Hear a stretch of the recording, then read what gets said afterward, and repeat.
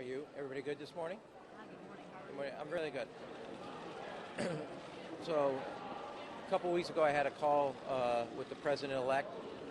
Had a good discussion. He said, when you're ever out east in New York, please, I want to have a meeting. So we just had a meeting with both the president-elect, his chief of staff, and his senior advisor. One about White House operations, and how to make that work. Second, we also discussed immigration.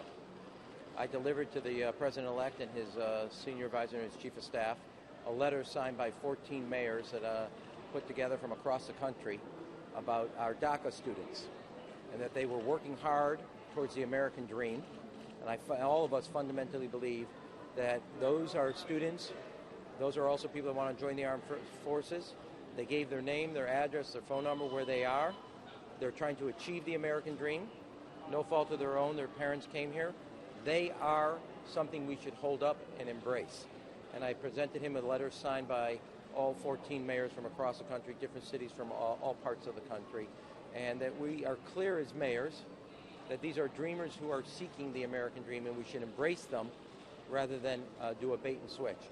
I also spoke out strongly about what it means to be a sanctuary city where we support and secure the people that are here, like my grandfather who came to the city of Chicago as a 13-year-old 100 years ago. Chicago was a sanctuary city for my grandfather. His grandson today is the mayor of this city, which is a testament to the strength of the values and the ideals of being America.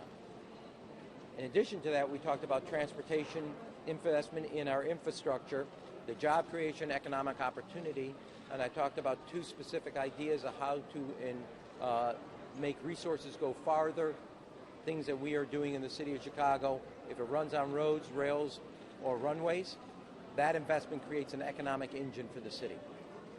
In addition to that, then we talked about our community college system and all our gains in education in the city of Chicago. We now have been growing in our high school graduation at a pace about a third of our a third increase. We've gone from 52% up to 73%. Our 8th graders lead the country in math gains. Our 4th graders are third in the United States in reading gains in urban systems. And also, we're one of only 3 school districts in the entire United States whose 4th and 8th graders' math and reading went up. But I talked to them about our community college system, which the World Bank rated as one of the best college-to-career programs. We are now making 14th grade universal in the city of Chicago. Each school is aligned with a major industry. Those schools bring the industry in that works on the curriculum.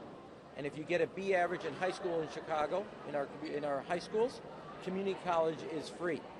And in the 21st century, where you earn what you learn, we have to make sure that more and more people have a chance not at a job, but a career. So I talked about the Chicago Star Scholarship, our reinvention of the community college system as a driver of our economic engine in the city, which is why Chicago 3 years in a row has been the #1 city for corporate relocations, and 4 years in a row the #1 city in the United States of America for direct foreign investment.